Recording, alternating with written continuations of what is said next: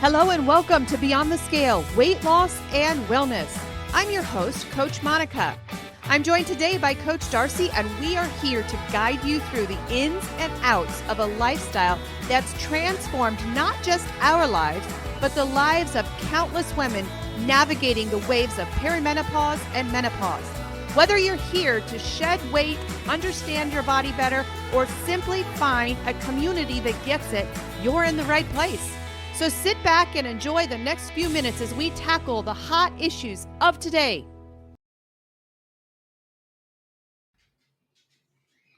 Good morning and welcome to February. Gosh, Coach Darcy, welcome to the show. And do you remember what this time was happening about this time last year? Do you remember, like February 20th? Does that ring a bell to you at all? No. I don't remember dear. yesterday.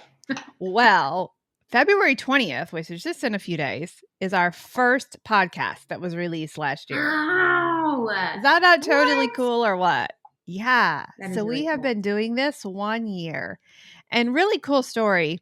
Last night, we heard from a client who found us on a podcast and literally changed her life. And so I needed to hear that because you wondered, do we have anybody who listens to us out there? Like, the World Wide Web, do we have anybody that's like, hey, these girls know what they're talking about?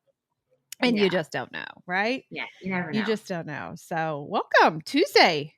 It's Tuesday. It is Tuesday. It is a good day.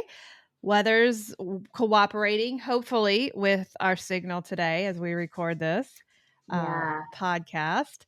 And we are live on Facebook as well. So we're doing two things at once today.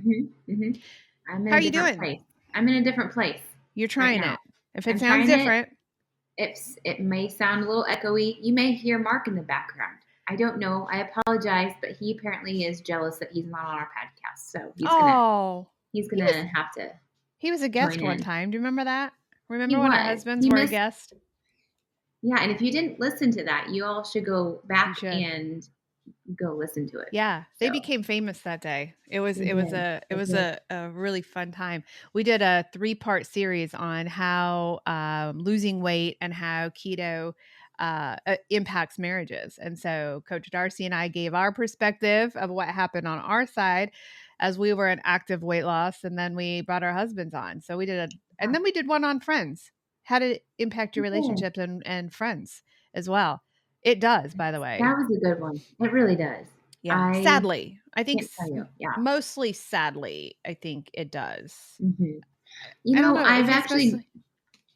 I've noticed that, even nowadays, like it's even more prominent, even when, we're talking about health, people are starting to wake up that, hey, something's been a little off. We've been brainwashed, but yet they're still not seeing the importance of getting healthy. Like they're going to go the roundabout way of getting healthy. So yeah. And I think it has to do with what we're going to talk about today. Right.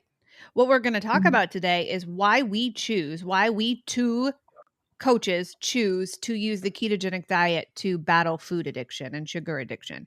So I think it goes right along there. And we're going to prove the point today on why intuitive eating does not work to treat food addiction. And it's just in this day and age where we don't want to hurt feelings, where we tiptoe around everybody's feelings.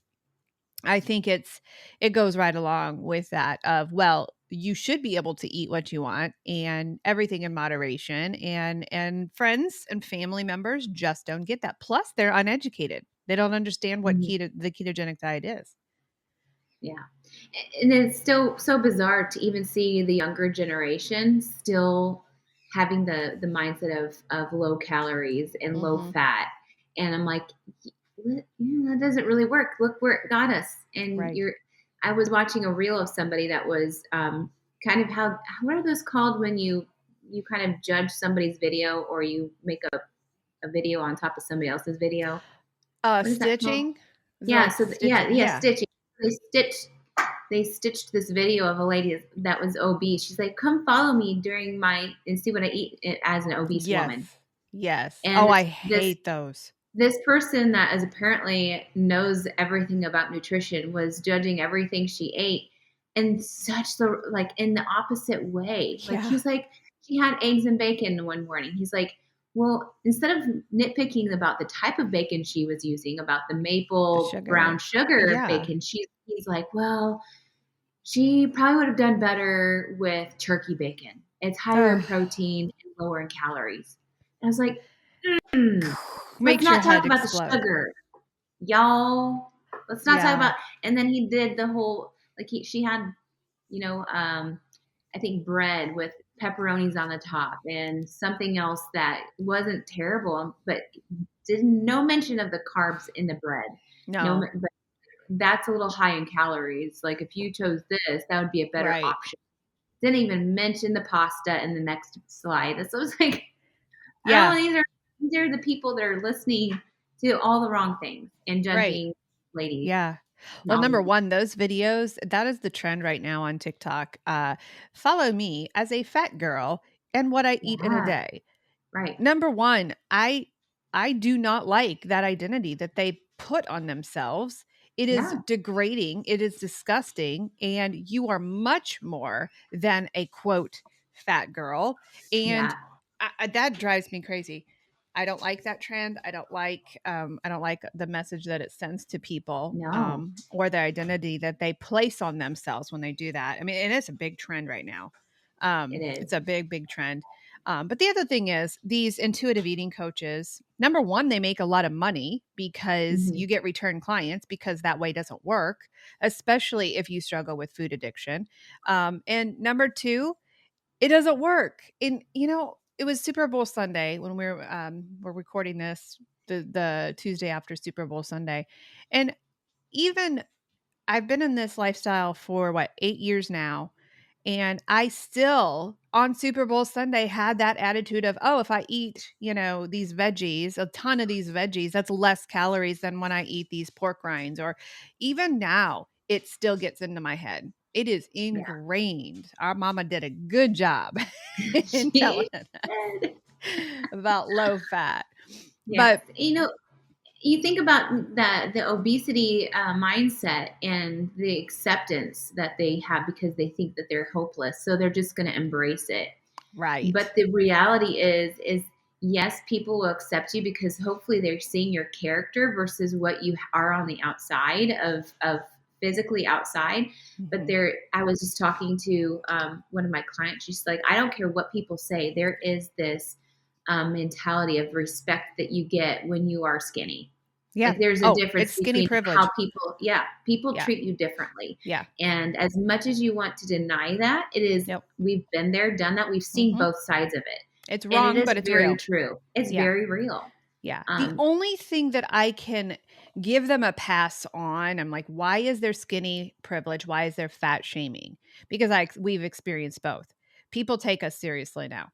It's a reality. It's wrong, but it's a reality. And the only thing I can think of is, why is there fat shaming? Why do people take skinny people more seriously? And this isn't the topic of our podcast today, but it's worth mentioning. The only thing I can connect is, when you take care of yourself, and when you are, when you notice that, hey, I need to live in a body that's healthy, perhaps people look at you on the workforce, or you and, as, hey, they're thinking about taking care of themselves. They might be a little bit more responsible, whether that's right or wrong. That's the only thing I can connect of why we're treated differently, even through the movement of body positivity.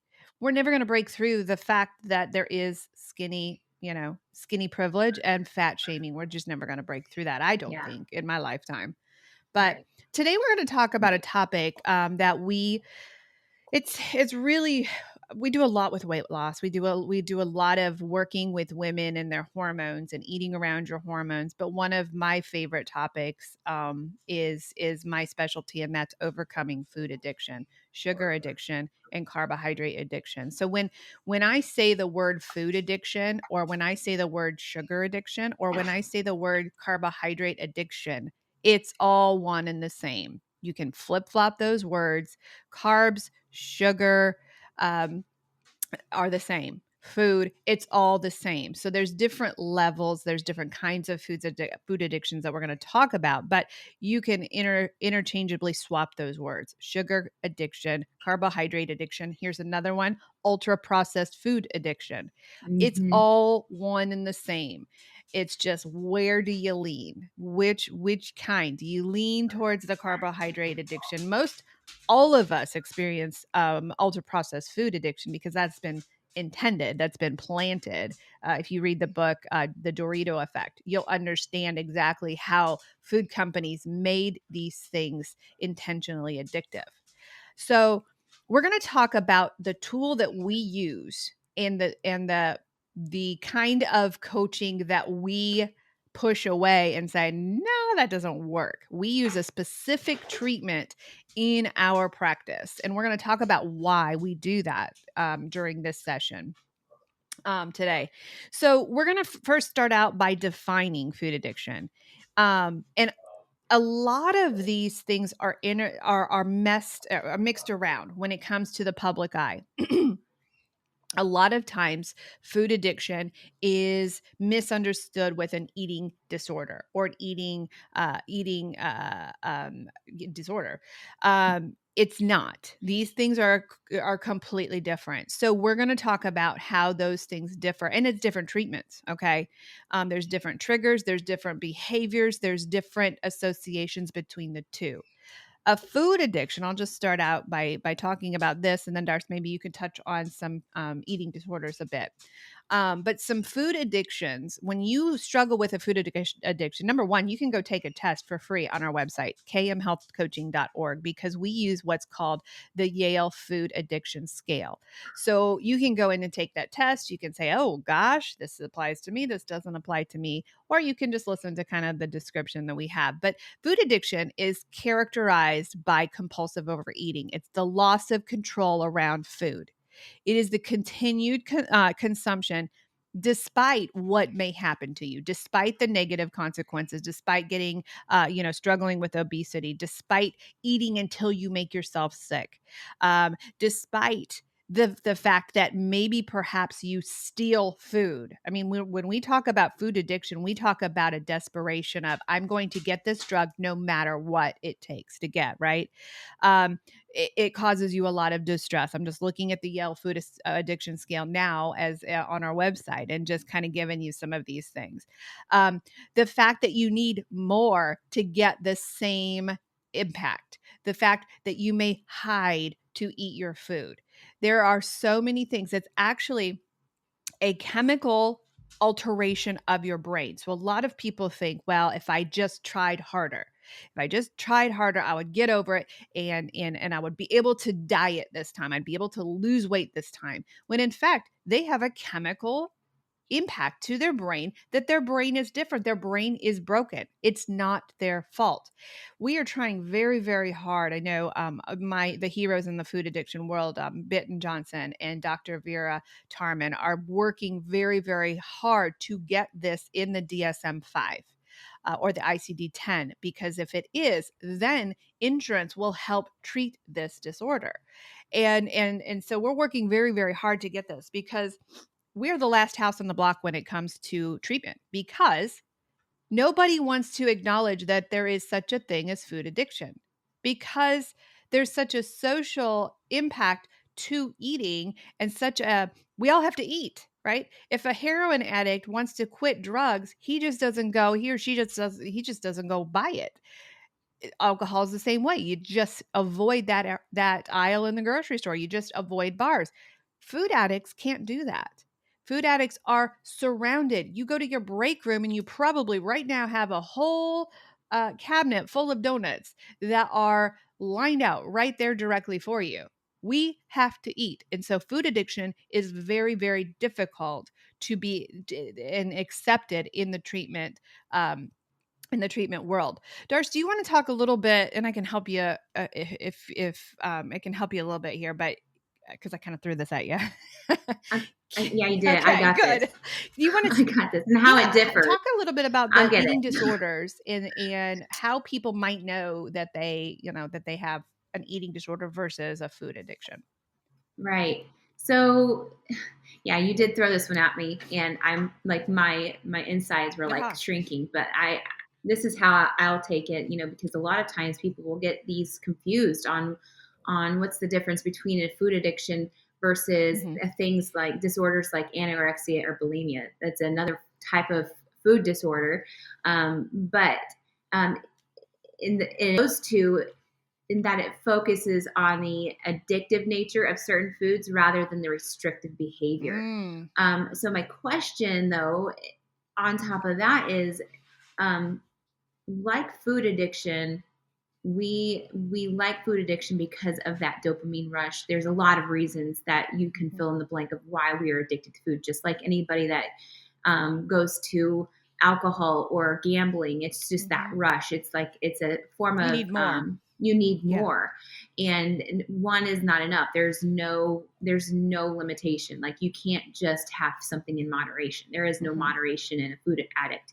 But in the same breath, addiction with anorexia and bulimia. I think in the same breath, I think it would be addiction to the action and Hmm. the control that anorexia and bulimia have, Hmm. because you have that mindset of like, I need to be, fill in the blank, maybe super skinny, and I'm comparing myself. So it's more of an emotional addiction and control. I'm guessing Yeah. that'd be my Yeah. foreseeing of this, what these two are. And I think what happens is you people that don't understand the differences between either of them, they like to lump all of that together. Right. If somebody has a food addiction, they're like, oh well, you're just you have an eating disorder, or Hmm. but it's not. Right. It's, Now, people can have both. People can, right. they can cross over, and that's when the lines get a little blurry. But they lump all of that together. Like Hmm. that's where, yeah, you probably dabble in some sort of unhealthy relationship with it. Hmm. And I think that's what we've built around our food nutrition, is it's an unhealthy relationship, Yeah. emotionally, spiritually, and physically. Yeah, yeah, that's totally true. And the other thing that can cross over is emotional eating versus, being chemically Yeah. addicted to food. It absolutely, those can impact each other. One can, lead to another. You can start out as an emotional eater where you are triggered by stress and then become chemically addicted to the food. And Yeah. so there is you can see a difference when you do a PET scan on a patient. You can see the impact of sugar and the carbohydrates and the food. You can see the difference in the brain, and you can actually, you can see those parts of the brain just light up. Here's a scary number for you. 1 out of 3 people are chemically addicted to food. Mm. We have become um, a country, and I'm going to specifically speak now. There's a lot, especially in Sweden, there's a lot of chemically addicted people over there. That's a big one. But Mm. um we have become a nation where we are number one. We're addicted emotionally. We're addicted, our schedules are addicted, but not only that, but we become absolutely addicted to the chemicals that are in our food. And it's caused a massive rise in obesity, of type 2 diabetes. So all of these things are stems. So when you say, okay, let's for example, let's give a shot for those, that are addicted to food. You're replacing one addiction with another because you're going to chemically need this shot for the relief of food addiction. We have come up with, now I didn't come up with this, I lived it, right? We use a treatment in our practice called the ketogenic lifestyle. Now you can cross this over to carnivore. That Mhm. that also works, but we believe that the ketogenic lifestyle is much more sustainable for most people, right? But we use this treatment in our practice because number 1, it works. And number 2, it works. And number 3, it works. Yeah, it does. And so we're going to talk about why we use this treatment and why we tell people that come to us. We have had people come to us and say, well, hey, my sponsor said that the intuitive eating works. And my sponsor said that, that it's not a menu, that if you restrict me from eating the sugar, then I'm going to want more. My friends, that's a different treatment plan. That is completely a different that is a disordered eating treatment plan, right? When you are chemically addicted to food, you can't put the drug in your body. You can't. There is no Right. moderation for a food addict, for a sugar addict, for a carbohydrate addict, for a processed food addict. I wish there was a whole word. I think it's just going to have to be food addict, but I wish there was a word that encapsulates all of those, because a lot of people get confused. Well, I'm not addicted to, potato chips, but they love chocolate chip cookies, right? They're addicted to Right. sugar. Or some people are like, I hate desserts, so I'm good. I'm good to go. Give me a potato, give me a French fry. That's where their boundaries come down, right? Mm-hmm. Um, Yeah. so we use the ketogenic lifestyle as our treatment plan. When we have a food addict come to us, and we have two different programs for food addiction. We have a 3-month program, and then we have an 18-month intensive program. When we have a client come to us, we give them what's called the Yale Food Addiction Scale. We give them this test, and then I take them through. We are also certified with the sugar. It's the only diagnostic tool that is out there available for people. And so, what I like to do is I like to take the client back to their childhood, because we've all become addicted at some point. Did you know the majority of people become sugar addicted at birth when they start the formula? Because Mm. formula, the first ingredient is Soy. soy and cornstarch. Oh, those two. Yeah. Corn syrup. It makes me crazy, Yeah. crazy mad. Why are we addicting our babies as infants? I spoke with a client yesterday who became addicted at 5 years old. She knew Mm. exactly that moment. And so we have this tool. It's called the sugar assessment tool. We have this tool where we can take you back, and you will see the ups and downs and the ebbs and flows of your weight. Again, not everybody has a weight issue that is addicted, right?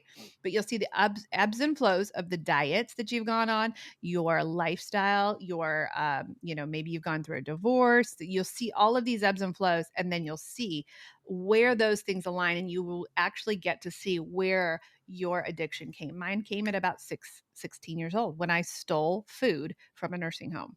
That was when I was like officially a food addict. Of all things to steal, I stole Ensure. Why not a I cookie? think I don't know. It was pretty sure Ensure. mine was mom's peanut butter protein bars that she Protein spent a bars. lot of money Sorry, mom. on. Yes. Wow. But I I can recall sitting on Saturday mornings filling my cornflakes, that plain cornflakes with oh, sugar, yeah. sugar cane, and I would do it where it would heap over, like it would Uh-huh. sink into the milk, and Uh-huh. then get the next layer would be, it would probably, I don't know, it was probably a whole cup of sugar Oh, yeah. in my milk Yeah. easily. And then you get So, to the last part of the milk and you drink it. oh, that's Mm-hmm. obviously that's superb, herb. Words are hard Oh, today. yeah. But what you do is Anyway. you find where your life has taken those dips and those valleys. You'll find that is where your sugar addiction and your food addiction is, the foundation is built. So we take them through the sugar diagnostic scale, and then immediately the first phase of our treatment, and I'm not going to go through, there's 7 phases that we take our clients through. The first one is containment. the We cannot do anything with a client without them being abstinent. You can't. You have to be abstinent before you're in recovery. Recovery and abstinence are two different things. Okay. So the first, and all we're going to talk about today is containment, because that is where we bring in the ketogenic diet, right? Mhm. You have to remove the drug. There's no way you can even begin to come close to recovery. This is why it makes me crazy when I've got people out there saying that you can be intuitive and you can eat whatever you want just in moderation. No, you got to remove the drug. That's like an alcoholic going into a bar and saying, "You know what? You can go in there and you can just hold the beer. You can just hold the beer. You're fine." You can't do that. You've got to remove the drug. You've got to contain the emergency, right? And so that's where the ketogenic diet is just brilliant. Do you want to talk a little bit about keto and why is it so successful? Like, number one, removing the sugar. That's what we do with keto, right? Yeah. Everything sweet to the mouth. for the first 90 days in my treatment program. 90 days, we remove everything sweet to the mouth. But that's not, it is a part of the healing process. But what is the magical ingredient to the ketogenic diet? So the magical ingredient is Well, the there's fact that, two. I There's mean, two. well, there's keto is just magical to begin with. It's Yeah. one of those things where it's a key of freedom. Um, Basically, because what your body is doing is, instead of burning the carbs, the sugars that you're putting in your body, and then like that instant dopamine rush, and then the sugar rush, and all those things, and then you decline Mm-hmm. really fast. It's like the ups and downs of eating the sugar. Mm-hmm. Well, your body's going to be burning the fat for fuel instead. Yeah. So it changes into ketones, which that's what your body is doing, Mm-hmm. and that is that long lasting energy. Yeah. It allows your body to be sustainably full all day long, instead of those sharp turns like, oh, I'm going to eat this donut, I'm on a high, Mm-hmm. I'm full for 40 minutes, and then the next thing you're going to do is then, oh, now I'm going to have something else. Oh, I see somebody eating something, I'll partake in what they're doing, even though you may not actually be full. Yeah. Yeah, you named it. That It's the fat. It's the the fat fat. and the protein that Yeah. you're eating, that you don't have those ups and downs. Right. You know? Right. That's the magic. I mean, Yes. it literally is magic. And so when people say, "Well, what about when you get sick? What about, what about the long-term effects of keto, and why what if your clients are sick all the time because, that ketoacidosis?" And no. First of No. all, ketoacidosis has nothing to do with keto. That is No, they're diabetes, not. right? Two Yeah. different things. Second, if you are sick on keto, you're doing it wrong because you're not getting the electrolytes. It's the Right. electrolytes that you have lost, it has nothing to do with the fat or the protein. The fat or the protein is the secret magical ingredient because you're never hungry. Right. You stop those connections in your brain. There's connections from the sugar and the carbs to this dopamine rush. That's the drug. The drug is very, very loud, and the drug talks, and it's through that dopamine rush and that dopamine connection and those neurons that are connecting, right? You break those. When you are eating the fat and the protein that you're supposed to, you break those. And so you Yeah. lose that ravenous, give me all of the food, right? Yeah. We've created you talk about the brain waves, but the neural pathways, that's what we've created in our brains. That's why we associate events that we go to, like Super Bowls or Christmases, with certain treats that we typically have. We have made those neural pathways that trigger the dopamine rush. Yeah. And just, even if you don't eat the food, you have that memory of what it does to your brain, and it makes you super happy. So when somebody detoxes from that, they're creating, yes, the memory's still there, but in the same breath, you're creating a new neural pathway that's then associating a new association with certain foods that are not that sugary I've also need and dopamine rush. Yeah.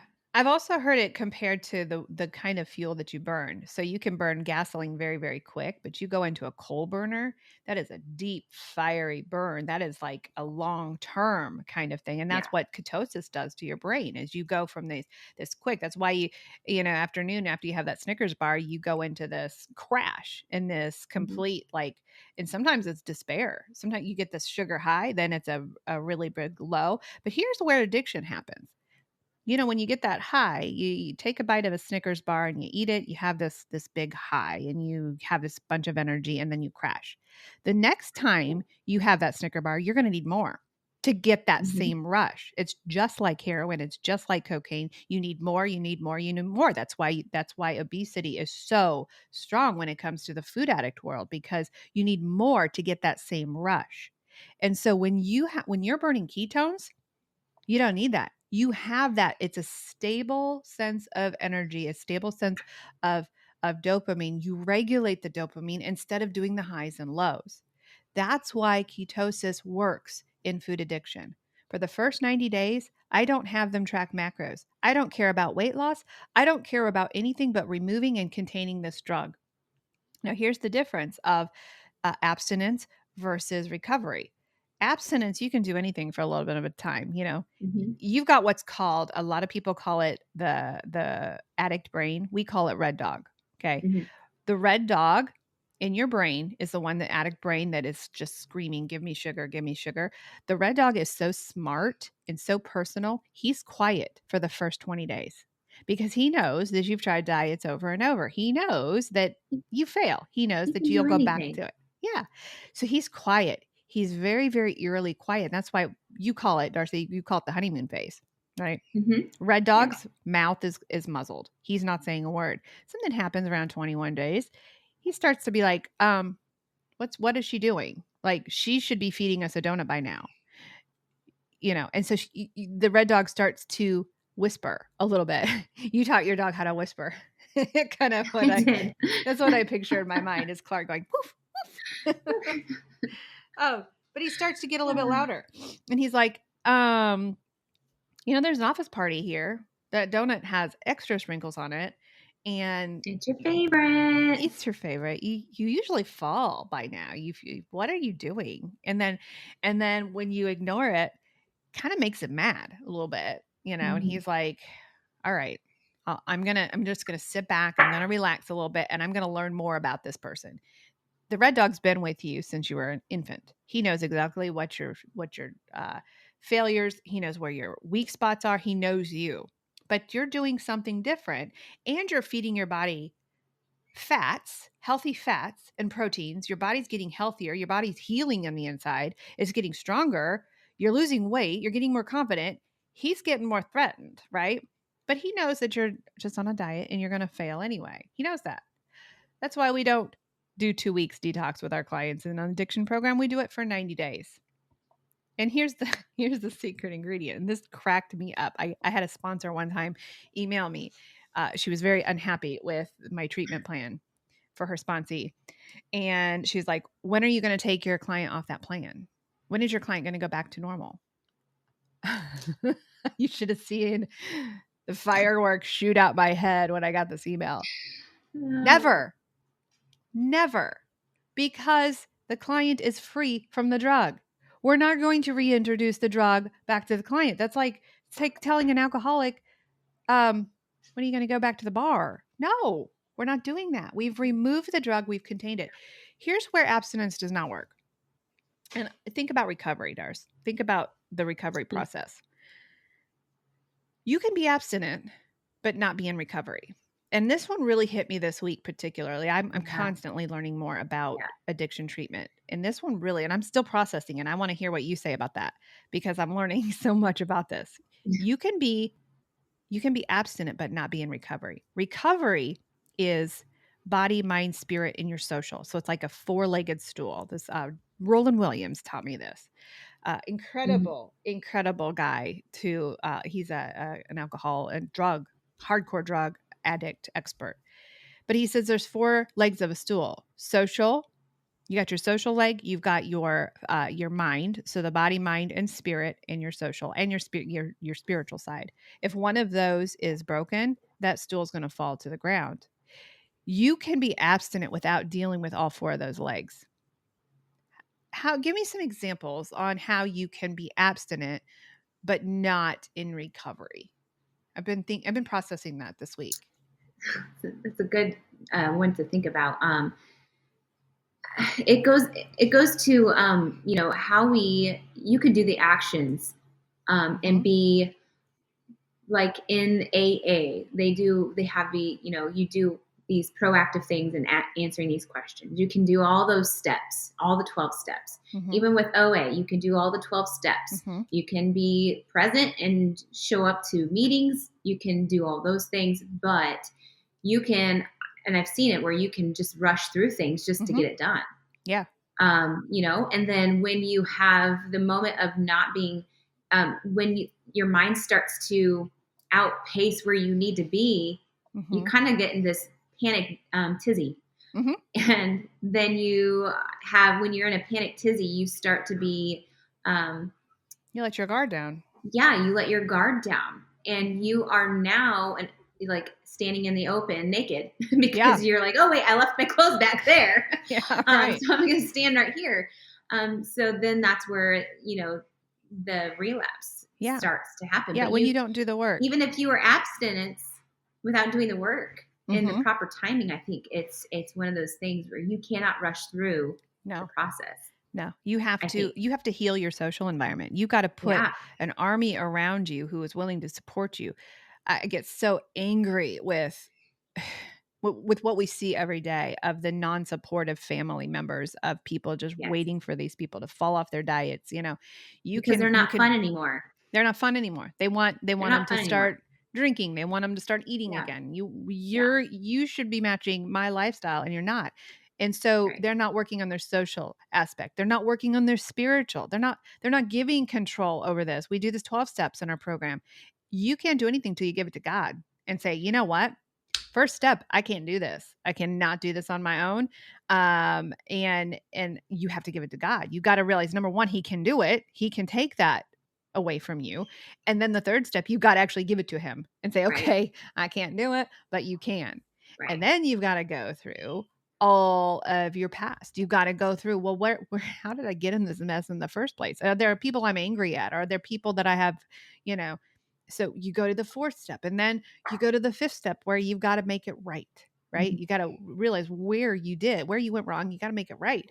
So we take our clients through the 12 steps, but we have clients who don't want to do that. They don't want to do that, and they're abstinent, but they're not wanting to do the work and do the digging out of the big hole that they've been in for their lives. Do you think though some people want to do the work, but because they are working at it so hard that they're, like I said, we're skipping over steps, that then feel like they've got to be perfect through this process? Yeah. So and if they're not perfect, then they go backwards and they start picking up the things that they gave to God. Right. That they initially said, then they pick it back up because again, it comes down to another form of control. Right. Another form of trust. For me, it's trust. Like I have a very hard time trusting. Yeah. And I've learned that in the process of this the 12 steps. Yeah. But when we go backwards and we pick it up for ourselves, we start to get unbalanced, just like the table you're talking about. We start working on one of those legs and the other legs are not being balanced. So that's why it's important to work on all of that. And when you say you're going to give it up, you actually give it up. You don't go backwards. Yeah. But the cool thing about that is, Darce, you're actually in active recovery. Even though you're stuck on one, even though one trust is hard for you, you're actively in recovery. The cool thing about the ketogenic diet and us pairing these things together is it buys you time. Yeah. When you're not on the ketogenic diet and you're trying to wrestle these things alone with a bowl of oatmeal or, these high carb, you are working against your own body. Whereas when you're on the ketogenic diet, you're buying time because you're putting your body into ketosis. Your body's burning its own fat for fuel. The dopamine is resetting, right? You're regulating that. You don't have an appetite. You have increased satiety. You have mental clarity. You can think about things, as you're doing the steps and as you're doing the recovery. That breaks the cycle of addictive eating. And so you've got the science backing what the hard work that you're doing on the recovery side. When you put abstinence together with recovery, you've got massive healing that's happening. And like you said, it doesn't have to be perfect. Right. To do it. You don't have to be perfect. You don't have to have everything put in together in place before you start it. You contain the drug, you remove the drug. That's why we give you the ketogenic diet. We give you a meal plan when you come into our program.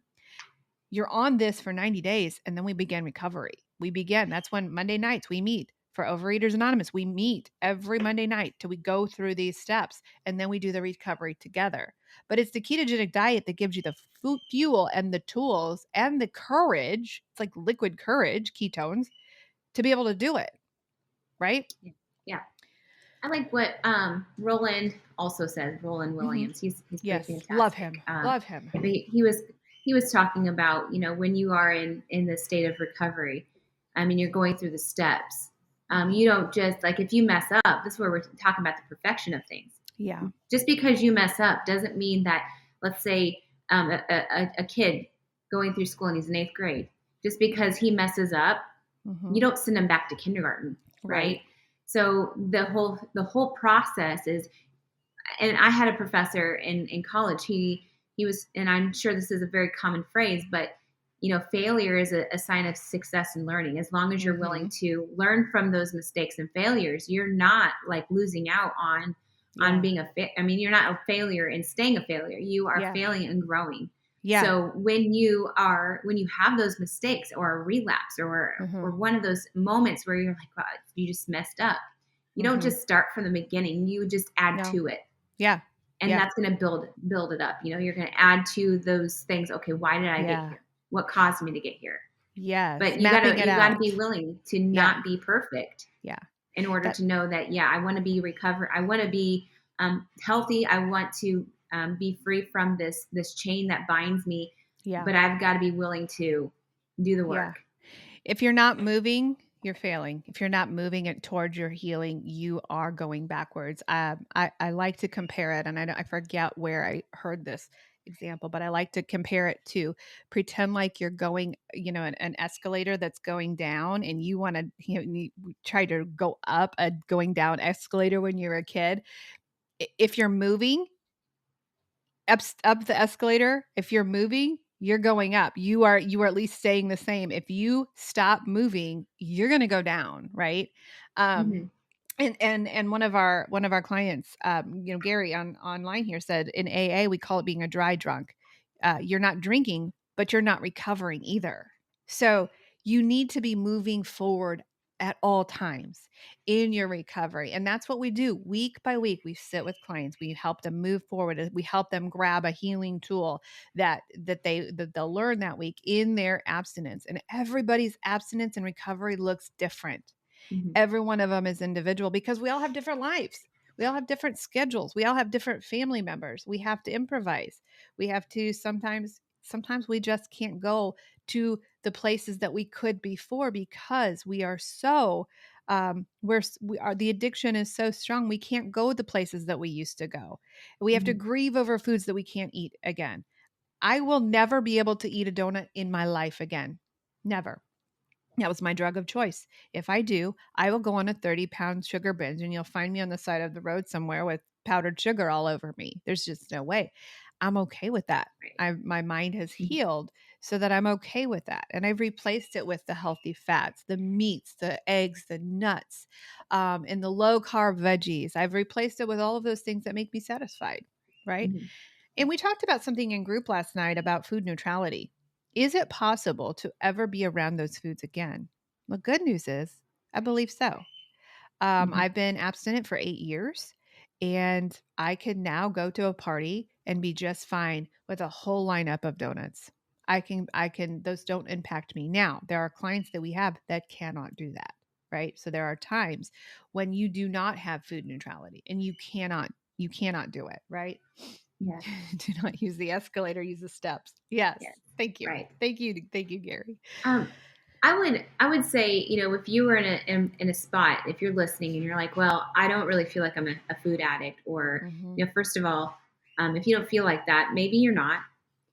Maybe you're just like when I first started the program, almost 6 years ago, I never believed that I was an emotional eater as well.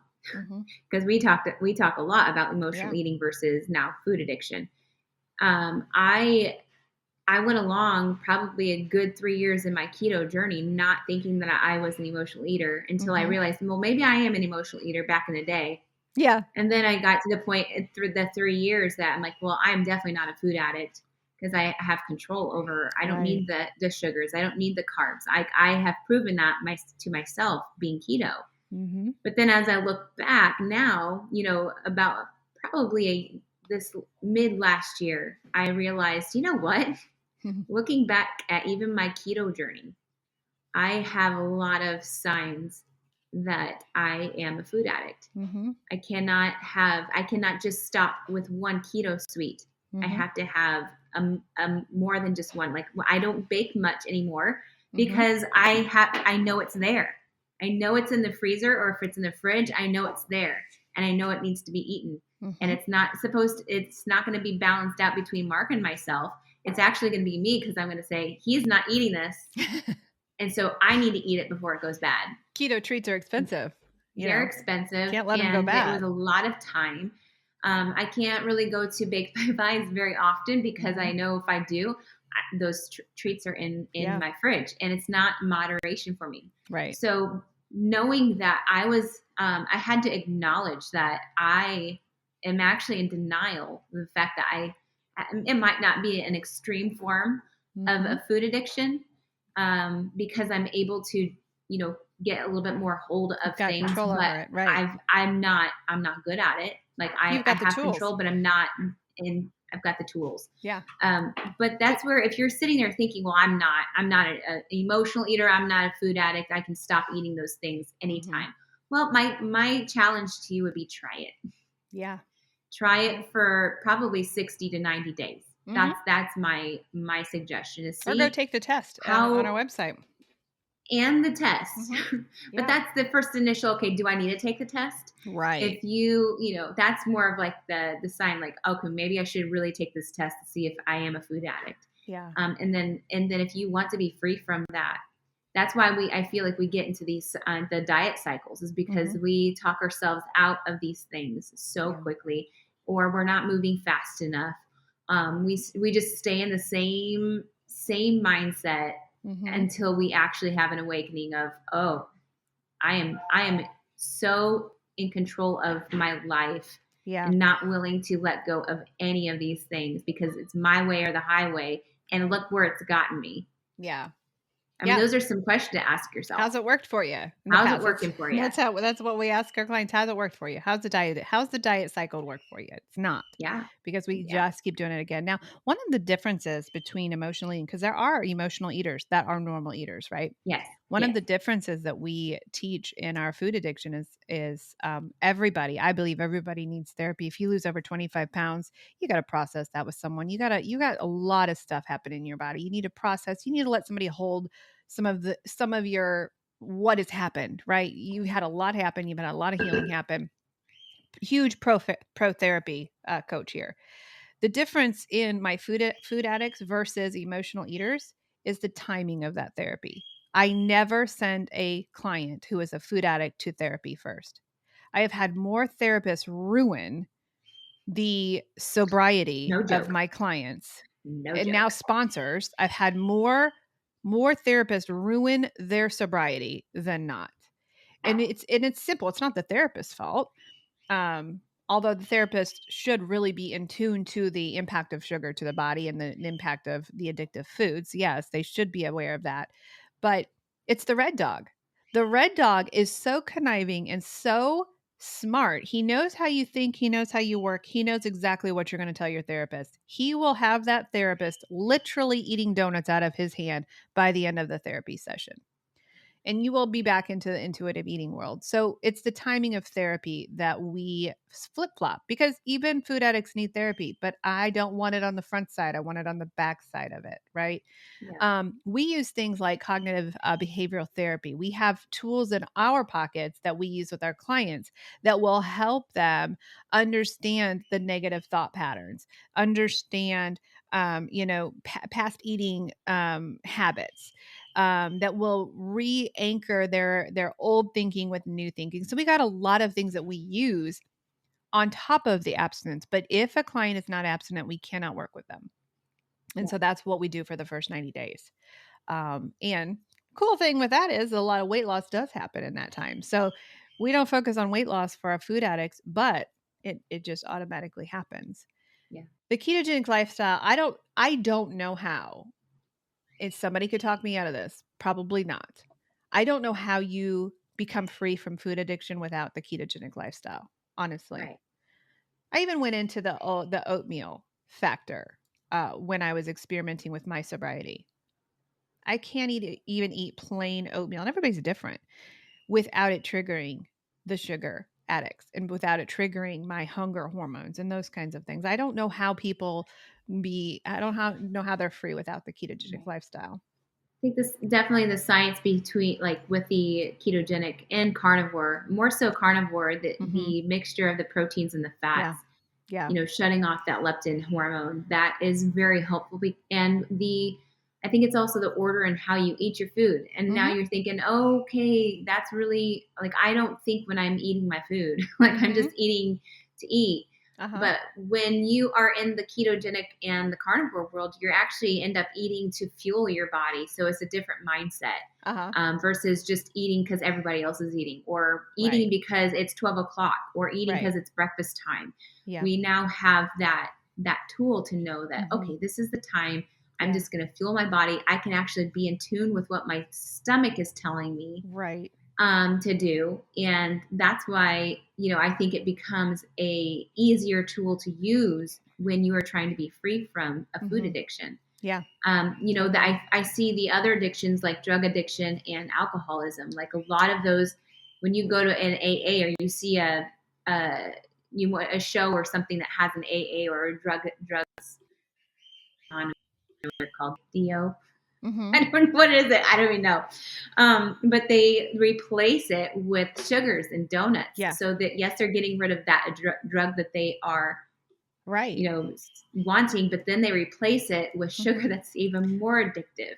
Yeah. So now you're not only free from alcohol, or kind of free, whatever, however you say, you're recovering from alcohol, but now you've added a new drug of choice to replace that with. So you have to be very careful. And that's why I think keto and carnivore gives you more of the longer lasting, sustainable type of recovery from, the drug. Yeah. Like, you don't have to depend on those sugars. Right. Yeah. And we want you to know, if you're stuck in on the side of the road, completely beat up by food and sugar and carbohydrate addiction, there's hope for you. You can be free. Coach and I've been free from food addiction now for 8 years. We've been sober for 8 years. It is possible to be free. You got to want it. You've got to be so angrily like, I will do anything for this. You got to want it, but you can completely be free from food addiction. So if that's you, if you're struggling and you're like, I just can't even find a way out of this mess, give us a call. Give us a call. I did make it. I have made it more financially available to people. And so we have broken down our program into segments. I need you for 18 months. I'm just going to be honest. We need you for 18 months if you're going to be free. But we realize that that's not always financially feasible. And so we've broken it up into 3-month segments. And so if that is more financially feasible to you, then that option is there. So you find our website, kmhealthcoaching.org, and you go to the food addictions page and you will find out all of the information about that. But that's why we use keto, for food addiction and for healing and for recovery. Any last minute thoughts, Coach? Not really. I think we covered a lot. It's a lot to process. Yeah. But yeah, I'm absolutely, don't be afraid or ashamed of possibly being a food addict if you find yourself in the same. Yeah. If you are wanting to, get out of that diet cycle. I got distracted by one of our comments. But your comments. Anyway, it's a game changer for me. And it's cleaning out my junk closet, honestly, of things that I've wanted to and knew that I needed to tackle, but I didn't really want to because of that control. So you're doing that on our Monday night meetings. We have a food addiction support group on Monday nights that meets, that you're requested to be at if you are in our program. And we're guy named Gary's leading our 12th step. He's amazing. I love it. I love it. Well, we are here every Tuesday morning. We're live on Facebook and all the social media aspects at 11 a.m. And then our podcast is released every Tuesday morning at 6 a.m. So find us in one of those venues and reach out to us. We want you to know that there's hope and there's healing for food addiction. All right. In the meantime, also, if you would subscribe to our Yes. channel. That'd be great too. And That'd be awesome. share with people that you may feel like needs to hear this. Yeah. If you're listening on Apple, leave us a review. That really helps podcasting. It really helps. So we'll see you next Tuesday, everyone. Take care. Bye. Hey, it's Coach Monica here. Guess what? If you're fed up with feeling stuck in your battle with weight or food, I've got something just for you. Check out our free Facebook groups. Over at Food Addiction and Recovery, I'm over there waiting for you. We're going to walk this journey together. It's about getting real, sharing our stories, and lifting each other up. We're in this together every step of the way. And if you're curious about changing your life with keto, the Weight Loss Project is where you want to be. Coach Darcy is amazing. And together, we're not just talking about losing weight. We're talking about finding a happier, healthier you. So, what do you say? Are you ready to join us? The links are in the show notes below, and I'm telling you, this is more than an invite. It is the start of something great. We cannot wait to see you over there.